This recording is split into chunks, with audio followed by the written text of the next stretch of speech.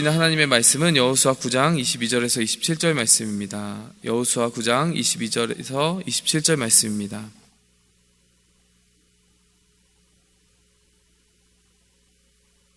여호수아가 그들을 불러다가 말하여 이르되 너희가 우리 가운데에 거주하면서 어찌하여 심히 먼 곳에서 왔다고 하여 우리를 속였느냐. 그러므로 너희가 저주를 받나니 너희가 대를 이어 종이 되어 다 내 하나님의 집을 위하여 나무를 패며 물을 깃는 자가 되리라 하니, 그들이 여호수아에게 대답하여 이르되 당신의 하나님 여호와께서 그의 종 모세에게 명령하사 이 땅을 다 당신들에게 주시고 이 땅의 모든 주민을 당신들 앞에서 멸하라 하신 것이 당신의 종들에게 분명히 들리므로 당신들로 말미암아 우리의 목숨을 잃을까 심히 두려워하여 이같이 행하였나이다. 보소서, 이제 우리가 당신의 손에 있으니 당신의 의향에 좋고 옳은 대로 우리에게 행하소서 한지라. 여호수아가 곧 그대로 그들에게 행하여 그들을 이스라엘 자손의 손에서 건져서 죽이지 못하게 하니라. 그날에 여호수아가 그들을 여호와께서 택하신 곳에서 회중을 위하여 여호와의 제단을 위하여 나무를 패며 물을 깃는 자들로 삼았더니 오늘까지 이르니라. 아멘.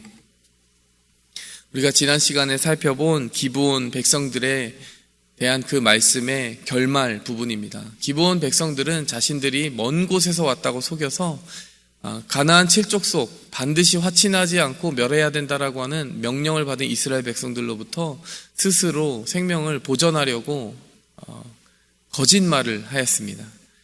그런데 그 거짓말에 실제로 속아 넘어간 이스라엘 백성들이 그들과 화친했다고 나옵니다. 그리고 조약을 만들었습니다. 거기서 그치지 않고 여호와의 이름으로 그것을 맹세하는 장면이 나옵니다.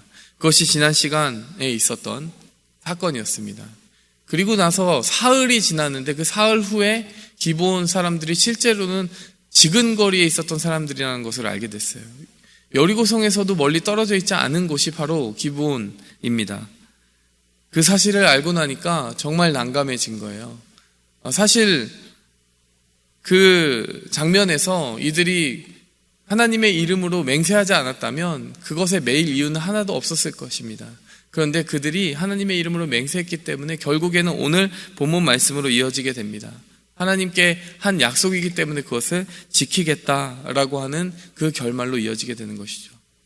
오늘 이 본문 말씀이 사실 보면 속고 속이는 그 관계 안에서 하나님의 그 섭리가 어떻게 이어져 가고 있는지 본문 말씀이 보여주고 있는 부분이 있습니다. 우리가 두 가지 정도로 하나님께서 기뻐하시는 신앙인의 모습이 어떻게 나타났느냐, 속고 속이는 관계 속에서도 하나님께서 주신 그 신앙인의 온전한 모습이 어떻게 나타나는지를 우리가 살펴보도록 하겠습니다. 첫 번째로 하나님을 두려워하며 하나님께 의뢰하는 자의 신앙을 하나님이 기뻐하십니다. 하나님께서 어떤 사람들의 신앙을 첫 번째로 기뻐하셨을까요? 바로 기브온 사람들의 신앙을 기뻐했습니다. 분명 하나님은 그들과 타협하지 말고 화친하지 말고 절대로 아껴보지 말고 멸해야 된다라고 하는 대상으로 이 기브온 사람들을 포함시키신 것이 맞아요. 맞습니다. 그런데 이들은 하나님을 의뢰하는 신앙을 분명하게 고백합니다. 9장 24절에 보니까요, 당신의 하나님 여호와께서 그의 종 모세에게 명령하사 이 땅을 다 당신들에게 주고 이 땅의 모든 주민을 당신들 앞에서 멸하라 하신 것이 당신의 종들에게 분명히 들림으로. 여러분, 이것이 기브온 사람들이 고백하고 있는 신앙입니다. 이들이 어떤 신앙을 고백하고 있는 것입니까? 하나님께서 주인 되심을 믿습니다. 그리고 그의 종 모세에게 명령한 것을 믿습니다. 또 이 땅을 다 이스라엘 백성들에게 주었다라고 하는 것을 믿습니다. 또 그 모든 주민을 멸하라 하신 명령도 믿습니다. 그 멸하라 한 대상에 자신들이 포함되어 있을지라도 하나님의 말씀이 그 말씀이라면 그대로 이루어질 것을 다 믿는 거예요. 그 말씀이 내게 어떻게 정말 좋게 들리든 좋게 들리지 않든 그것이 하나님의 말씀이라면 반드시 이루어질 것을 알고 있었다는 것입니다. 그래서 당신들로 말미암아 우리의 목숨을 잃을까 심히 두려워하여 이같이 행하였나이다. 이것은 하나님의 입장에서 지금 이 고백을 하고 있는 기브온 사람들의 그 고백이 어떻게 들렸을지 우리가 능히 상상이 되지 않습니까? 자비가 많으시고 은혜가 풍성하신 하나님께서 이들의 그 하나님을 두려워하는 경외함을 보게 되었을 때 분명히 이들의 영혼을 향한 하나님의 그 뜨거운 사랑이 움직이게 되었을 것입니다. 이들은 분명히 자기에 대해서 거짓 증거한 것이 맞습니다. 멀리서 왔다고 속인 것 맞습니다.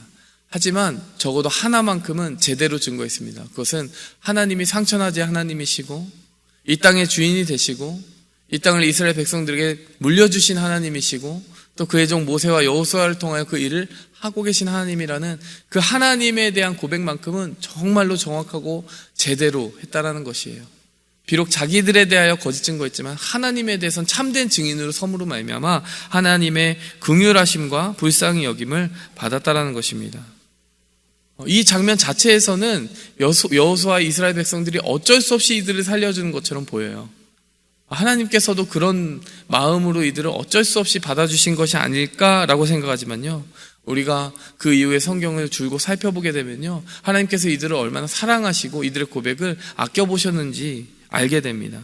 이들이 어떤 은혜를 받았습니까? 그 후에 보면요, 신령한 소임을 받게 되는 거예요. 오늘 보면 23절에서 하나님의 집을 위하여 나무를 패고 물을 깃는 자가 된다, 거기에 평생 매이게 된다라고 이렇게 나와 있는데요, 그 부분을 보면 어떻게 보면 종살이의 그 고단한 삶으로 그들이 매이게 됐구나, 노예가 됐구나, 뭐 이런 판단을 하기 쉽지만 실제 한번 생각해 보세요. 그전에는 바알을 섬기던 바알의 제단에 속한 사람들이었습니다. 그런데 그들이 하나님의 단을 섬기게 되었다는 것, 그것이 과연 그냥 저주라고만 볼 수 있을까요?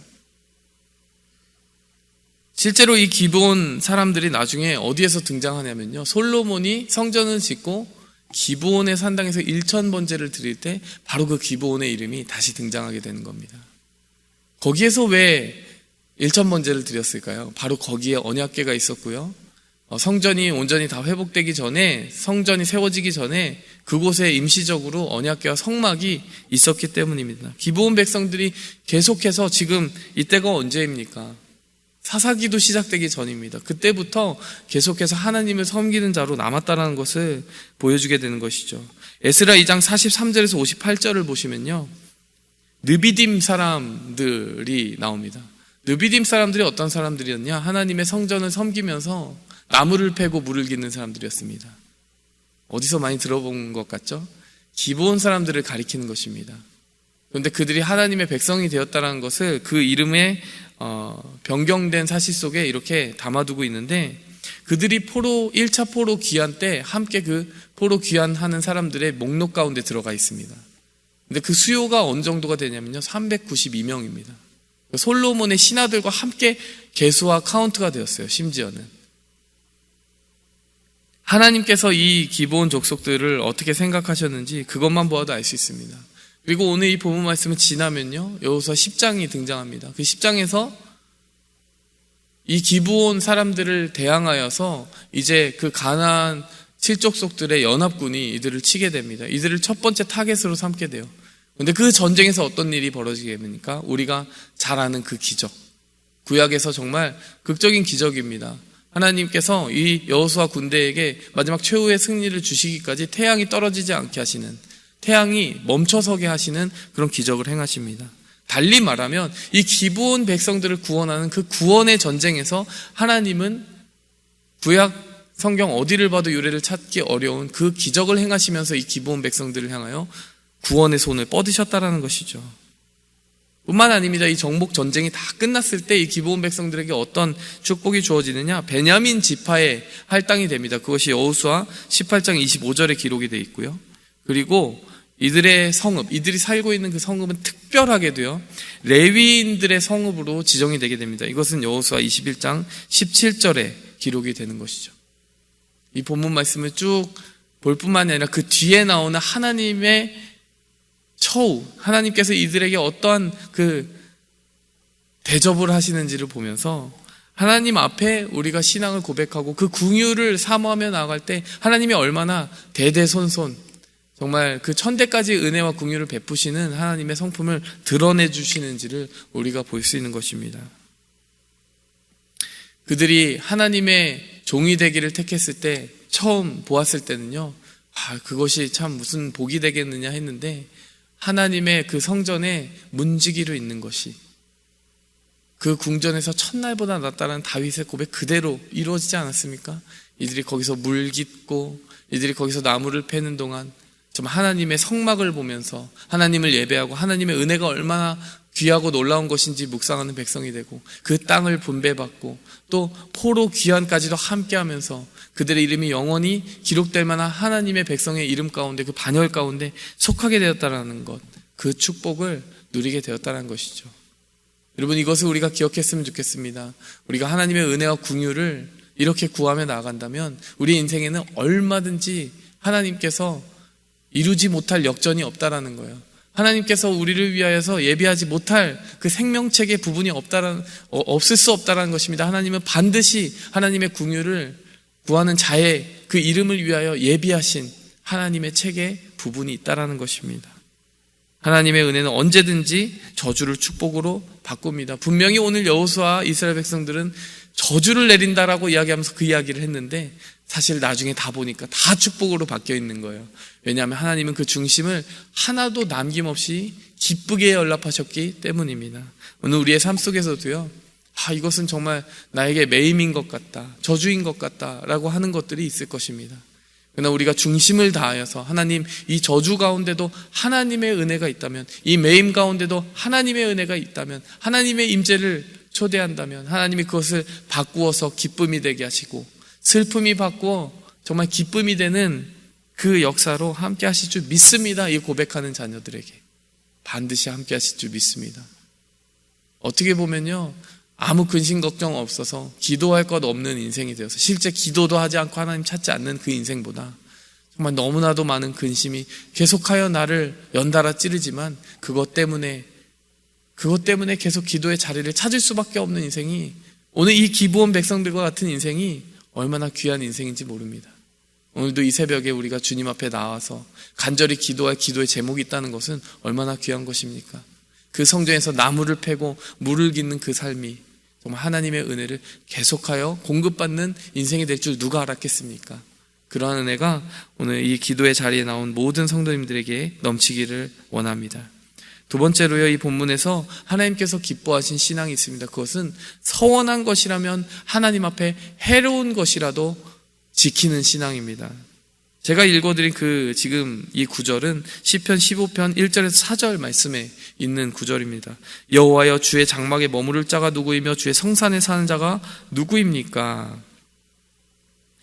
여러 가지 그 이야기들이 나오면서 그것이 1절인데 4절에 보면은 그의 마음에 서원한 것은 해로울지라도 변하지 아니하는 자를 그렇게 하나님께서 그 거룩한 전에 성산에 살게 하신다, 이렇게 나옵니다. 오늘 이 말씀대로 행한 자가 누구입니까? 바로 여호수아와 그 이스라엘 백성들입니다.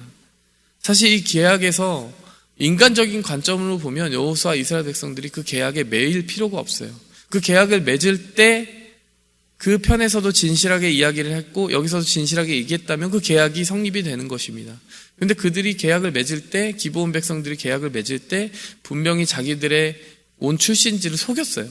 그럼 인간적인 관점에서 보면 이 조약은 무효야 라고 이야기할 수 있거든요. 너희가 속였기 때문에, 진실하게 이 조약에 임하지 않았기 때문에 그것에 대해서 우리가 이행할 필요가 없다라고 이야기할 수 있습니다. 그런데 앞서 우리가 본문에 살펴보았듯이 화친하였고 조약을 맺었는데 마지막으로 무엇을 또 하였습니까? 하나님의 이름으로 맹세했다는 거 아니겠어요? 비록 그 조약에 참여한 기브온 백성들이 사실을 말하지 않은 것은 사실이지만 그것을 사실로 알았든 몰랐든 속아 넘어갔든 하나님의 이름으로 맹세한 것에 분명히 이들의 마음이 확실하게 걸렸다는 것이에요. 여호수아 이스라엘 백성들은 인간적인 관점으로는 얼마든지 그 조약을 폐기할 수 있는 명분이 있었지만 그들이 하나님의 이름으로 맹세했다는 그 한 가지 이유 때문에요, 생명을 걸고 이들을 지켜주는 그 입장 가운데, 그 약속을 지키겠다라고 하는 결심 가운데 서게 됩니다. 그리고 실제로 그렇게 전쟁에 임하게 되는 것이죠. 오늘 본문 말씀에 그래서 모든 족장이 온 회중에게 이르되 우리가 이스라엘 하나님 여호와로 그들에게 맹세하였은즉 이제 그들을 건드리지 못하리라.